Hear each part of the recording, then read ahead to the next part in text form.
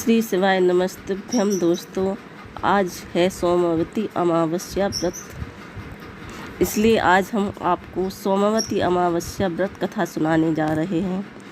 हर हर महादेव।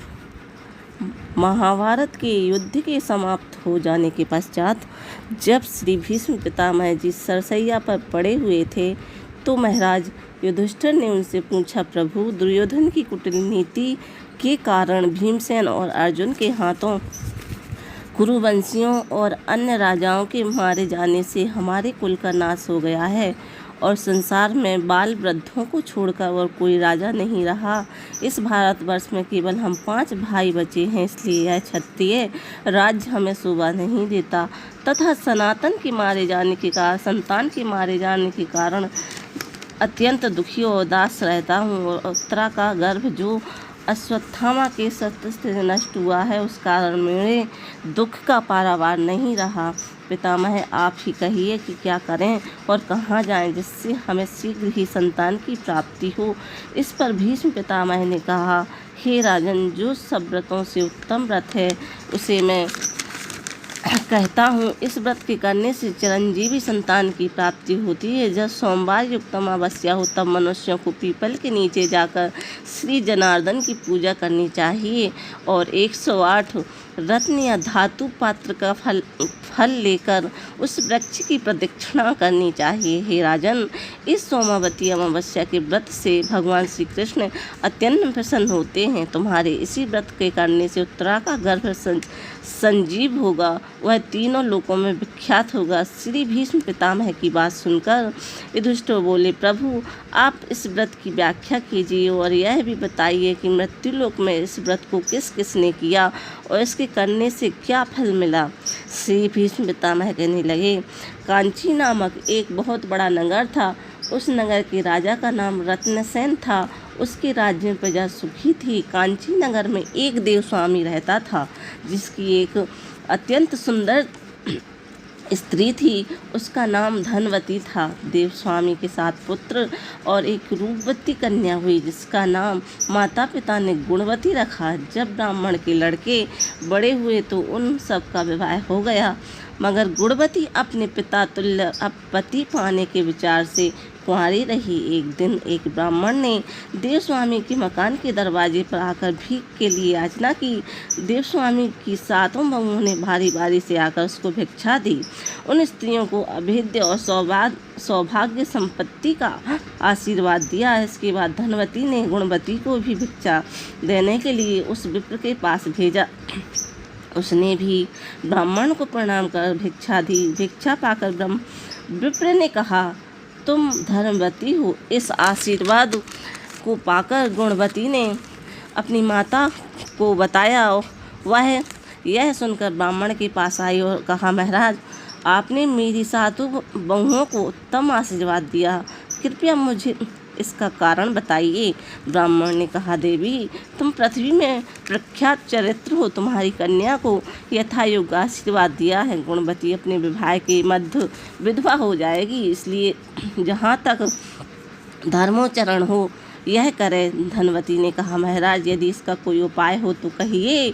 ब्राह्मण ने कहा, देवी, सोमा तुम्हारे घर में आवे तो उसकी पूजा से इसके वैधव्य का नाश होगा, इसलिए मैंने तुम्हें धर्मवती हो कहकर कन्या को आशीर्वाद दिया है। धनवती ब्राह्मण की बात सुनकर चिंतित हो गई और उसको बार बार प्रणाम करने लगी और कहा, महाराज, जिस सोमा के आने से वैधव्य का नाश होता है वह कौन है? उसकी जाति क्या है? वह कहाँ रहती है और कब आती है? विप्र ने कहा, सोमा जाति की धोबन है और सिंहलदीप में रहती है। जब वह तुम्हारे घर आवेगी तो गुणवती का वैधव्य नष्ट होगा। इतना कहकर वह ब्राह्मण चले गए। धनवती ने अपने पुत्रों से कहा, गुणवती को मैंने और तुम्हारे पिता ने बड़े लाड़ प्यार से पाला है। अब वह सोमा के आने से ही वैधव्य से छूट सकती है। तुम सब में जो सबसे अधिक माता पिता का आज्ञाकारी हो वह गुणवती को साथ लेकर जाकर सिंहलदीप में सोमा को ले आए।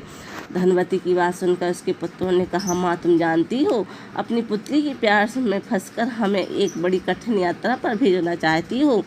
मार्ग में से योजन का समुद्र 100 योजन का समुद्र है, विस्तृत समुद्र है, इसलिए हम असमर्थ हैं। अपने पुत्रों की यह बात सुन कर देव स्वामी ने कहा, हाय मैं 7 पुत्र होते हुए अपुत्र हूँ, भला हो मैं अपनी प्यारी पुत्री को विधवा कैसे देख सकता हूँ। देव स्वामी को इस प्रकार बार बार क्रोध में भरा देखकर उसके सबसे छोटे पुत्र शिव स्वामी ने कहा, पिताजी आप क्रोध न कीजिए, मेरे होते हुए आपको सिंहलदीप में जाने की आवश्यकता नहीं है, पड़ेगी और गुणवती को साथ लेकर वहाँ पहुँचूँगा और कष्ट से छुड़ाऊंगा। इतना कहकर और माता पिता के चरणों में सिर झुकाकर शिव स्वामी अपनी बहन गुणवती को साथ लेकर सिंहलदीप को रवाना हो गया। कुछ दिन तक चलने के बाद वे भाई बहन समुद्र के तट पर पहुँचे और वहीं पर उन्होंने एक बरगद का बहुत बड़ा वृक्ष देखा।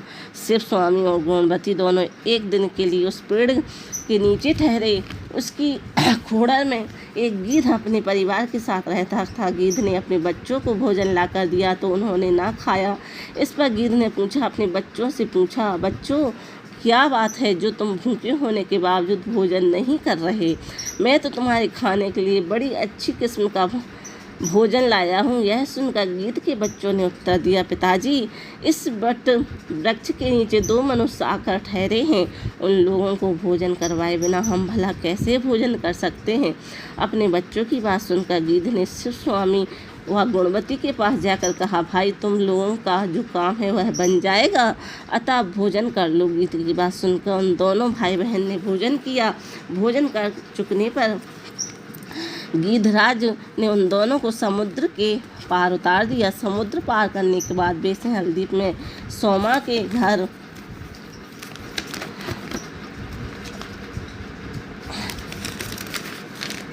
पर पहुँचे। नित्य प्रति प्रातः उठकर उसके घर को बुहारने चौका लगाने लगी। इस प्रकार वे 1 वर्ष तक तप करते रहे। एक दिन सोमा ने अपने पुत्र से पूछा, यह प्रातः काल कौन हमारे घर में चौका लगा जाता है? सोमा के पुत्रों ने उत्तर दिया, हमें मालूम नहीं। अपने पुत्रों का यह तो सुनकर एक दिन रात्रि को कोने में छिपकर बैठ गई और प्रातःकाल शिव स्वामी और गुणवती को आंगन लीपते हुए देखा। इस पर उसने पूछा, तुम दोनों कौन हो? शिव स्वामी ने कहा, हम दोनों ब्राह्मण हैं। इस पर सोमा ने कहा, तुम्हारे ब्राह्मण होकर मेरे घर का चौका लगाने से मैं नष्ट हुई, इस पाप से भला मैं किस तरह छुटकारा पाऊंगी? मैं नीच जात की अर्थात धोबिन हूँ, तुमने भला ब्राह्मण होकर मुझे क्यों पाप लगाया है? सुनकर शिव स्वामी ने उत्तर दिया, यह लड़की मेरी बहन है, हमें बताया गया है कि इसकी शादी होने के बाद विधवा हो जाएगी और यदि तुम इसके पास होगी तो फिर इसका वैधव्य दोष नष्ट होगा, इसलिए मैं और मेरी बहन आपकी सेवा ठहर कर रहे हैं। इस पर सोमा ने कहा, आज से तुम यह काम नहीं करना, जल्दी ही मैं आपके साथ चलूँगी। उसके बाद उसने अपनी बहुओं से कहा, इस राज्य में कोई भी मनुष्य मरे तो तुम उसकी लाश का ऐसा प्रबंध करना कि जब तक मैं न आऊँ उसे गोई जलाने ना पावे। सोमा की बहुओं ने कहा, बहुत अच्छा। इसके बाद वह दोनों को साथ लेकर समुद्र तट पर पहुंची और एक क्षण में उन दोनों को समुद्र से पार करा दिया। आप आकाश मार्ग से समुद्र पार हुई और फिर सोमा ने के प्रभाव से सब देखते ही देखते कांची पर पहुंच गए। धनवती बड़ी श्रद्धा से सोमा का स्वागत करने लगी।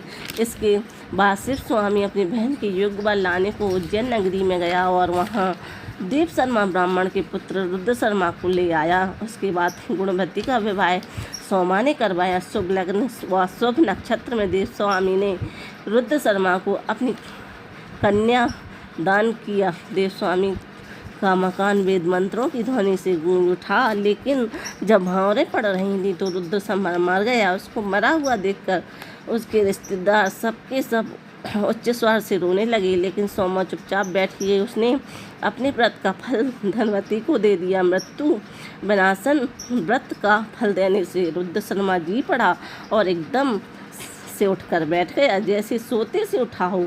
इस तरह विवाह होने के पश्चात गुणवती अपनी पति के साथ उज्जैन नगरी को चली गई और सोमा भी अपने व्रत का फल देने के बाद हंसी खुशी सिंहलदीप को लौट आई। अब उधर की सुनिए, सोमा के सब पुत्र मर गए, फिर उसका पति और दामाद मर गया। मार्ग में सोमा के आते हुए मरे हुए को जलाने वाली सोमवार युक्त अमावस्या तिथि पड़ी। रास्ते में रुई की गठरी सिर पर रखी हुई एक बुढ़िया को देखा जो कि रोती हुई चली जा रही थी। बुढ़िया ने उससे कहा, पुत्री मेरे सर पर रखे हुए भार को उतार दे, फिर मैं तुम्हारे साथ चलूँगी। सोमा ने उतार दिया। माई, आज सोमावती अमावस्या है। आज के दिन फूल, तेल और रुई को मैं स्पर्श नहीं करती। जब सोमा तने को आंगी को बढ़ी तो उसे नदी तट पर एक पेड़, पीपल का पेड़ दिखाई दिया और उस पेड़ के नीचे बैठकर उसने भगवान विष्णु की पूजा की और कंकड़ियाँ लेकर उस पेड़ की प्रदक्षिणाएं की। श्री भीष्म पितामह ने महाराज युधिष्ठिर से कहा, राजन, जब सोमा ने 108 प्रदक्षिणाएं की तो उसका पति, दामाद, पुत्र सब जी उठे। समस्त हल्दी लक्ष्मी से परिपूर्ण हो गया और उसके घर में विशेषकर आनंद हो गए। जब वह घर पहुंची तो अपने पति और पुत्रों की जमाता को देखकर अत्यंत प्रसन्न हुई। उसकी बहुओं ने उसको नतमस्तक होकर प्रणाम कर उससे पूछा, माँ जी, आपके जाने के बाद आपके पति, जामाता और पुत्र सब मर गए थे, भला आप किस तरह जी उठे हैं? सोमा ने कहा, मैंने अपने व्रत का फल गुणवती को दे दिया था, उसी कारण मेरे पुत्र, पति और जामाता सब मर गए थे। अब जब मैं कांचीपुर से वापस आ रही थी तो मार्ग में सोमावती का दिन आ पहुँचा। मैंने पीपल के वृक्ष की पूजा करके कंकड़ियाँ हाथ में लेकर 108 प्रदक्षिणा की। इससे मेरे पति, पुत्र और जामाता सब जीवित हो गए हैं। तुम भी इस व्रत को विधिपूर्वक किया करो, तुम वैधव्य को प्राप्त ना होकर सौभाग्य को पाओगी। इस तरह से सोमा की आज्ञा मानकर रामेश्वर व्रत करती रही और व्रत के प्रभाव से वे कुल भोगों को भोगकर पुत्र पौत्रों से युक्त हुई और मृत्यु के पश्चात उन सब पुत्र पौत्रों सहित वैकुंठ को प्राप्त हुई। इसी भीष्म पितामह बोले, जब सोमावती अमावस्या हो तो पुण्य देवताओं को भी दुर्लभ है।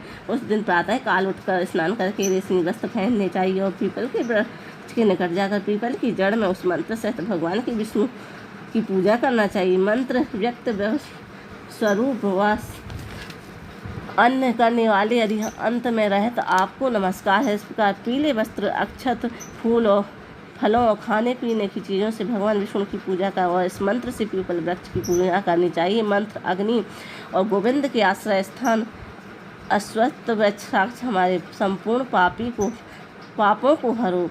इस प्रकार पूजा करके मोती, सोना, चांदी, हीरा, मणियों को हाथ में लेकर प्रदक्षिणा करनी चाहिए। फिर कांसे के बर्तन और तांबे को हाथ में लेकर पीपल की प्रदक्षिणा करनी चाहिए। जब तक 108 की फेरियाँ पूर्ण न हो तब तक प्रदक्षिणा करनी चाहिए। इसके बाद तमाम चीज़ें ब्राह्मण को दे देनी चाहिए। हे राजन, यह विधि मैंने तुमसे कही है, इसका तुम द्रौपदी, सुभद्रा, उत्तरा से व्रत करवाओ। इसी में उत्तरा का गर्भ हुआ। विष्णु के इस व्रत को सुनने से स्त्री को पति, पुत्र तथा धन की प्राप्ति होती है। बोलो विष्णु भगवान की जय।